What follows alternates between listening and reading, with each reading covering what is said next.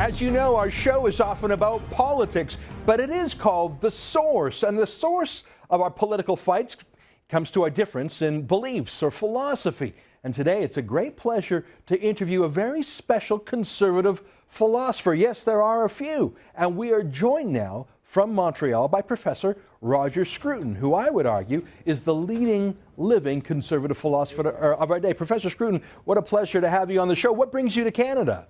Well, there's a conference here in Montreal devoted to my work in philosophy, so of course I had to be there.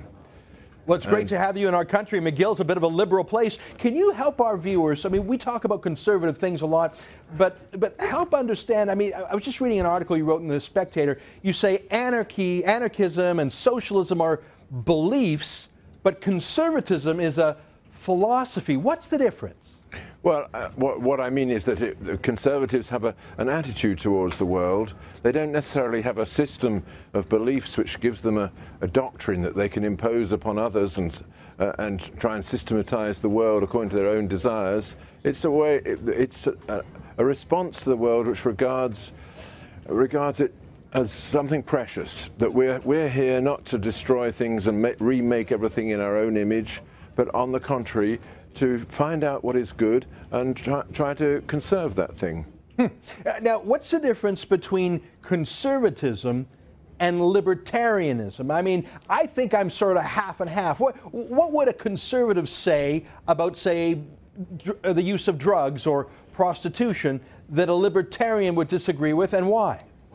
Well, libertarians believe that the ultimate value is freedom, individual freedom. Everything has to be justified in terms of that. And anything that interferes with individual freedom is for that reason not just a mistake, but politically to be avoided. That would make it illegitimate. So the fact that people engage in particular activities like taking drugs or prostitution, if they're doing it freely and nobody's being coerced, then the politicians have no right to interfere. A conservative, on the other hand, would say that no, politics is not just an isolated machine for securing human freedom. It also is a kind of guardian of human society, that we do depend upon our politicians and our lawmakers to maintain in being the social order that we've inherited. Of course, it has to change, it has to adapt to changing circumstances, and we all accept that, but simply to liberate people from well-known moral constraints without taking any account of what the consequences will be is not something that a politician should do. I read one of your summaries of conservatism in 140 characters. I think I saw it on Twitter. It was conservatives try to preserve social capital from change or radical change. Would you say that sums things up, that conservatism is about people trying to protect their relationships and their situation from outside change? Is that accurate? Well, yeah, I mean, it's as accurate as a short summary can be.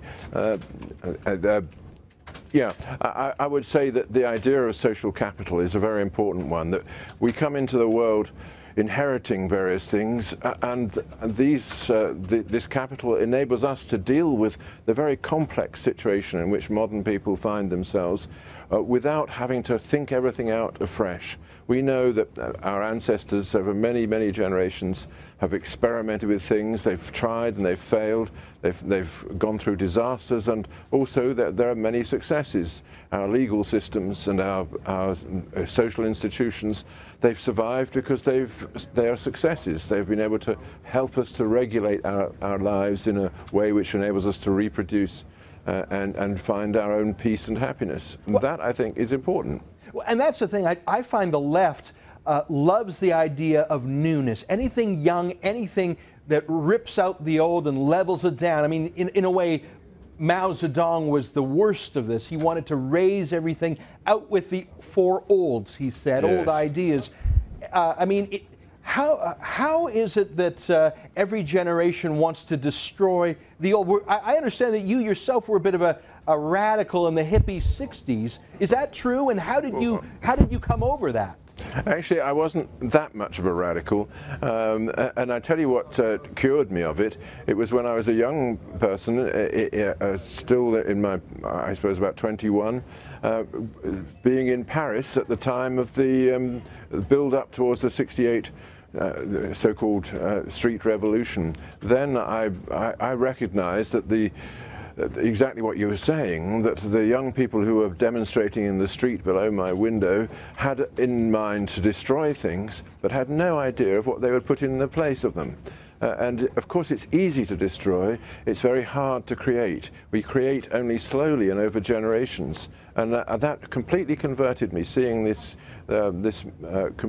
uncontrolled lust for destruction among my generation. It just seemed to me that if we're going to go in that direction, nothing will be left.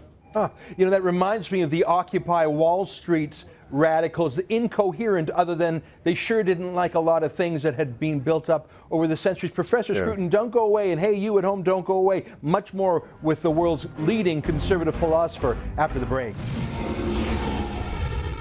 We're talking with Professor Roger Scruton, who joins us from Montreal. Professor Scruton, I agree that there's this impulse in young people out with the old. Is that just a psychological reaction to one's parents, that maybe these overgrown kids are still living out in the political world? It's natural to want to rebel against, you know, your folks, I guess, when you're a teenager. But when you're in your 20s and 30s and taking it out on the world, on banks, on police, it's a bit much? Well, of course, it is in human nature to rebel against your parents, against your immediate inheritance, because that's the way of breaking free of the family, getting out into the open world and taking responsibility on yourself for what you are and what you do. So I think it's a positive thing in human nature that we all have that desire to break out. But also we have another and countervailing desire, which is to find a new home of our own and to repair the damage we've done and continue the great work that our parents did before we discovered that we didn't like them. You know, and that is there's a natural process here which we all go through, but people get arrested in this adolescent stage, arrested in the stage of destruction, because it's so easy. It's so easy to destroy things and to claim credit for your superior moral nature by doing so, when in fact you should be getting on with the business of knuckling down, living and taking your responsibilities seriously. You know, on this show we sometimes talk about the poetry of Rudyard Kipling and things that we don't even understand these days. I mean, the gods of the copybook headings. There aren't even copybooks in schools anymore. The idea of learning cursive writing, spelling tests, times tables are abandoned. Was there ever a time, Professor, when there wasn't this urge to destroy the past and to forget civilization? Was there a time were there great eras where we loved our inheritance, our Western culture? Was it ever that way, or was it always this attempt to rebel and go radical? I think there's always been people who've wanted to go radical, but there also has always been in the past a norm. Let's say, you know, there have been received procedures that in education and in all our institutions, which are inherited, and people have felt it was their first duty to respect those things. You could, of course, experiment, but still, you've got to teach to the young the things that they've inherited, which they wouldn't be able to create for themselves, in the way that you teach them language. You know, you can't invent a language for yourself. All these complex words and the grammar and the literature that goes with it, the understanding of the world that goes with it, that's something that's passed on from one generation to the next with a great deal of effort. And if we think that we can invent it all again for ourselves, we're deceiving ourselves. Oh, well, it's a great example. I mean, there was an attempt to create a language, Esperanto. That's a perfect example of social engineering in a language which is the most human of things. What are other examples of Esperanto in other parts of our life that you think are particularly pernicious and that conservatives should be on guard for? Well, I think the desire of the communists that you mentioned Mao Zedong, but the desire to sweep away all legal institutions and replace them with something else, you know, like interrogations or confessions or whatever. You know, the sweeping away of law in Russia and then later in China left people completely bereft. They had no conception, no tool with which to negotiate their daily conflicts and the everyday business of society. And I think that was one very important example. Other examples, sweeping away the old curriculum. You've mentioned that. You know, the fact that people no longer require children to learn not only the cursive writing, but things like foreign languages, basic history of their own country, things that they actually need in order to understand who and where they are. That has been swept away in many parts of the world, leaving children essentially bereft. They don't know how to relate either to the past of their own country or to their parents or to their immediate neighbors. Well, there's some parts of the world where we're abandoning things, but there are other parts that are happy to fill that void. Here's what I mean. If we don't teach religion, if we don't teach our history, our values, our cultural successes, others will fill the void. I see Islam, especially radical Islam, as very confident and only too happy to fill in the gaps left as we strip down the Western canon. Can you talk about the clash between a confident, growing, conservative Islam versus a radical, rootless New West? Yes, well, I think that this is an inevitable result of the kind of nihilism that has come over Western elites, the clearing away from our institutions all the vestiges of a long-standing religious tradition and religious inheritance has left a vacuum, and into that vacuum, of course, Islam flows.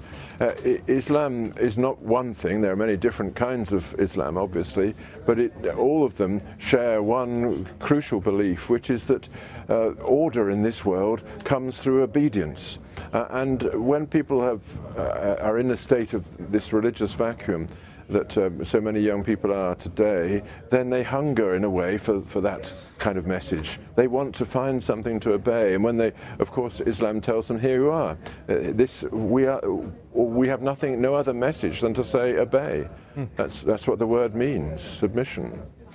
Professor Scruton, what a pleasure to talk with you today.